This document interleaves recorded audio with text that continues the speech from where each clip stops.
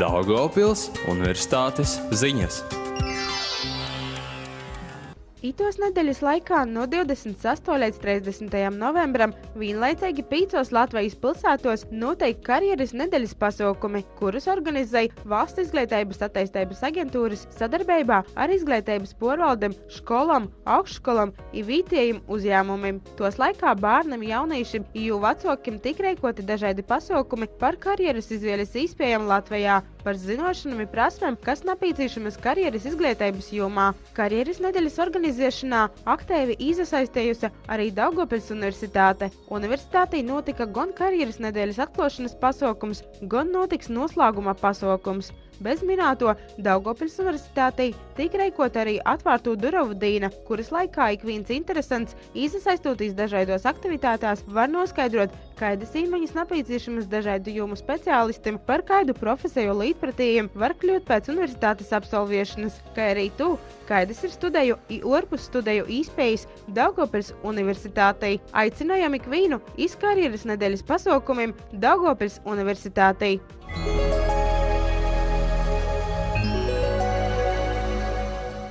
Latvijas Zinātņu akadēmija sadarbībā ar Daugavpils Universitāti organizēja jaunu pasākumu ciklu Zinātniskie lasījumi, kuru mērķis ir iepazīstinot ar kādu ievērojamu zinātnieku un jo zinātnisko darbību. Pīkdiņ, 30. novembrī, notiks pirmais itāida veida pasākums Daugavpils Universitātei. Timā daļais akadēmiķe, ekonomikas zinātņu doktore Raita Karneite ar lasījumu Darba ražīgums un darba alga vai Latvijā strādājošie pelna par daudz. Tika aicinoti visi interesanti.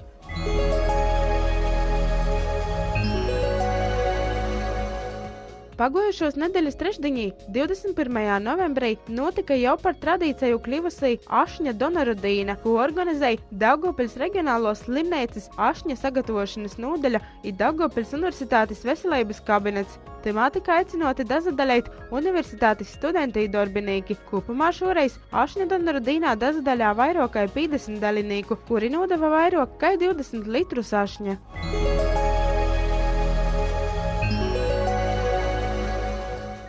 Par godu mūža izglītības programmas Erasmus 25 gadu jubilejai Eiropā un atzīmējot programmas darbības 12. gada dienu Latvijā, 22. novembrī Reigā notika Valsts izglītības attīstības aģentūras Erasmus jubilejas gada noslēguma svinīgs pasākums Erasmus 12 gadi Latvijā.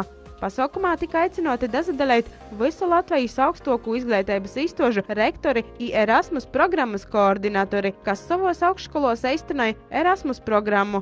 Daugavpils Universitātes svinīgajā pasākumā pārstāvēja rektors akadēmiks Arvīds Barševskis un Erasmus programmas koordinatore Inese Gaidule. Svinīgo pasākuma laikā tika teiktas apsveikuma uzrunas, kā arī pasniegtas pateicības un balvas. Par Erasmus īstenošanu kopš tos pirmsākumiem Latvijā vairākam augšskolam tika pasniegtas īpašas balvas un pateicības. Itāida apbalvojuma saņēmēju vidū bija arī Daugavpils Universitāte, kura Erasmus programmā dažādala kopš 1999. gada.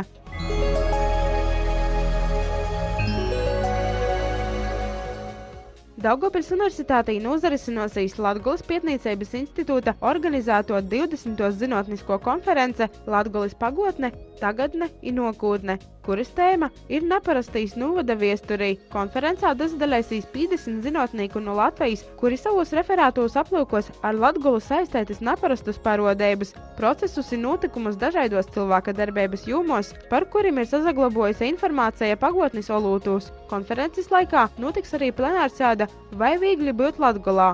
Konference notiks pīkdiņ, 30. novembrī.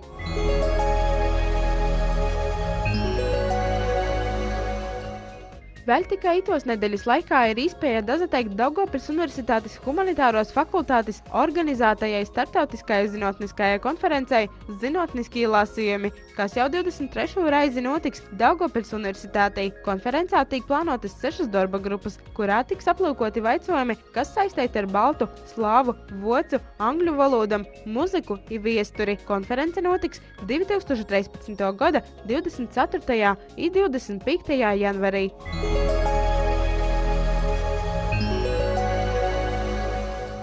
Papildus informācija par itom ir citam Daugavpils Universitātes aktualitātēm atrunama Universitātes sātislapā www.du.lv.